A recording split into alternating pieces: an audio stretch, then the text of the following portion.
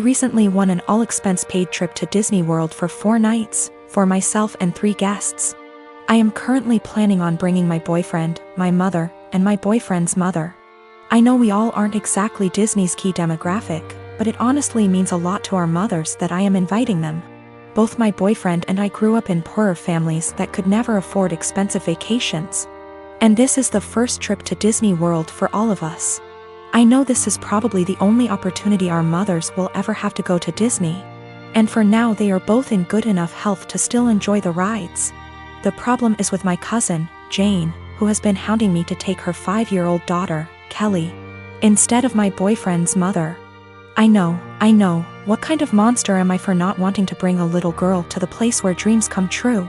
Except Jane's family has already been to Disney World twice, most recently earlier this year in February. My cousin has done very well for herself. She runs a successful photography business, and her husband is an engineer.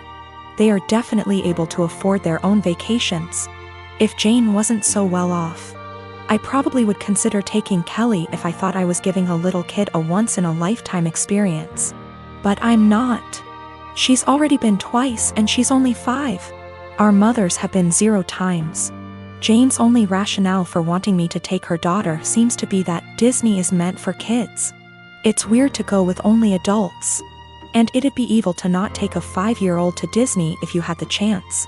There's also the issue of Kelly herself. She's not a completely terrible child, but she's whiny and throws tantrums regularly. I don't really want to spend a week with that.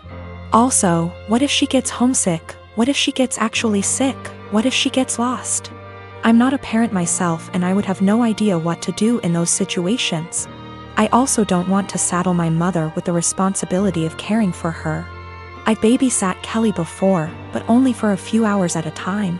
I'm not sure why my cousin is even comfortable with the idea of me taking her child 3 states away. We are in North Carolina, so it's not like Orlando is just a short drive down the road if something happens. I tried telling Jane I'm not comfortable bringing Kelly, and she just said this is a good opportunity to find out what being a parent is like. What?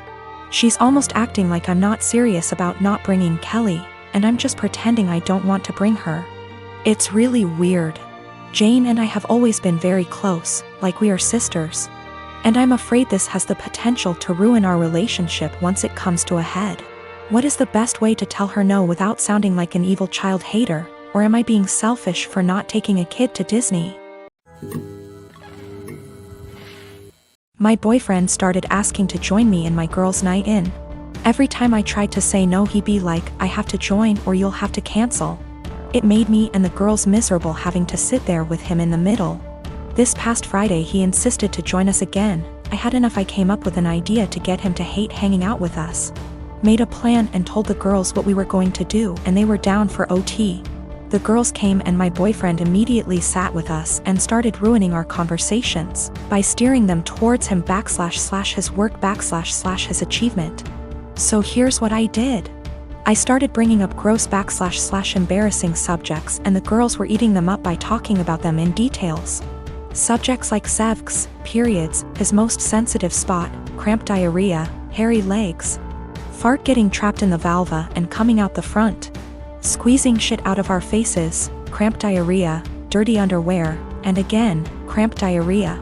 We talked about this stuff in boring details, like, I could feel his discomfort without even looking at him. But God, when I turned to see why he got quiet suddenly. He was getting red in the face, and had sweat all over his forehead. I bet he found himself unable to relate to thy subject, thus couldn't take part in the conversation. He got up from the couch ready to head out. I looked at him and asked where he was going and he was like, I just remembered that I have an important meeting with a guy in about 10 minutes and I have to go now. He rushed out telling us to have fun. The girls and I started laughing hysterically. He came home and berated me saying I made him feel uncomfortable / sick with the horrible subjects I kept bringing. I said, what you talking about? This is the typical stuff girls talk about all the time, but he insisted I made him upset and caused him to leave. He declined to speak to me and been quiet since then. This is his apartment, he tells me who is and isn't allowed to come and I thought this was fine since it's his place. Though I help with the bills, but he makes so much more as the head of security in his company, so that's that. I just can't believe how dense and blind I've been to his negative ways. He's still giving me the silent treatment, and I've decided it's just a lot to take. And so I'm temporarily moving in with one of the girls and will now be definitely reconsidering few things. Since we met, my boyfriend has been on and off of Tinder. I've been very clear that it hurts me, but he always defended it as just him wanting an ego boost.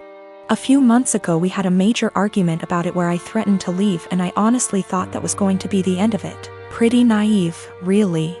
Also, I should note his ex before me left him for this very reason. I feel like an idiot for thinking he'd ever change. Today I woke up and realized he'd been using my phone and his email was logged in. I noticed he'd gotten an email from an app called Hinge.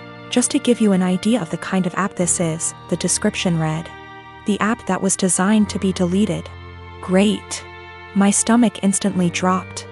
I logged into it with his phone number, and he's put up profile pictures of him that I've taken when we've been on days out together. In his description he's got things like, "We'll get along if you like Chinese and have a dog. If you're silly and comfortable and overshare." He's also put in as a strict preference that he wants to be matched with Hindus/Muslims only. I'm white British. I knew something was going on yesterday but wasn't sure what. He was acting differently and it was making me so anxious. He had the nerve to tell me that I must just be hormonal? I think the worst part about it is his reaction to all of this. He heard me crying, acted concerned, and then saw me with his phone. At which point he just took it from me and went back to bed. That was about an hour ago, and the only interaction I've had with him since was him asking me to open the bathroom door. Not to see if I was okay, but because he needed to pee. I'm obviously hurt by the fact that he's on this thing, but I think I'm more shocked by his total lack of guilt or response to me being upset. I'm so angry and there's nothing I can do with it. I'm so embarrassed about the situation I don't want to tell my family/friends how he's treated me. And I can't even talk to him about it because he's refusing to address anything's wrong. He's still in bed. I don't know what to do. He's brought my self-esteem down so much that I feel like I can't be without him, but I know I can't stay in this situation. Should I even bother trying to talk to him, or should I just leave? I've taken screenshots of everything, and initially I was going to send them to his family but thought against it. The thing is, if I just leave there's literally zero consequences for him. He gets what he wants. He gets the freedom to go on random dates with no guilt. It just seems so unfair that I'm the one left heartbroken and he gets to party up. I got myself and my stuff together, packed it in my car and left. It felt impossible.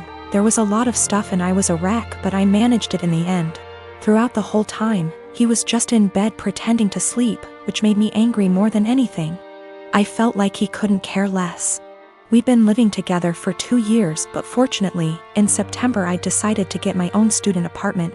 Obviously, I knew then that things weren't going well, and thank God I made that decision because now I have a place to stay.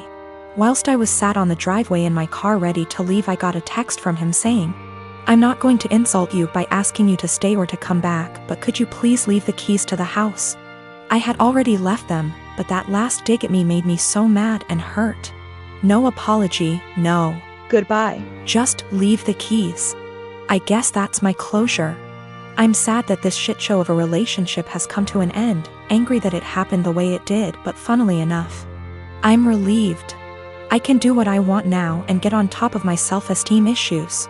I'm driving down to see my mom and the rest of the family tomorrow. I haven't seen them since Christmas and I absolutely cannot wait. The anger's still there, but I'm just going to get on with things. I absolutely cannot waste any more energy on that guy. I am a 33 years old female. And I found out that my ex-husband 37 male was cheating on me when I was 7 months pregnant with our son. I got a divorce and we share custody of our 3-year-old son. My ex-husband's girlfriend tried to get involved in my parenting several times. She even commented on my son's name, implying that we should agree on a name we all want, not just what I wanted, and tried to dictate what he should and shouldn't have. As a result, she started throwing stuff of his that I paid for myself.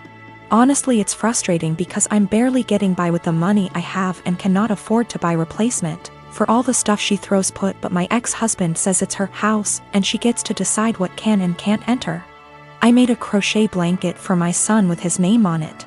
This blanket is special to me, and the tools I used to be able to make it cost me money.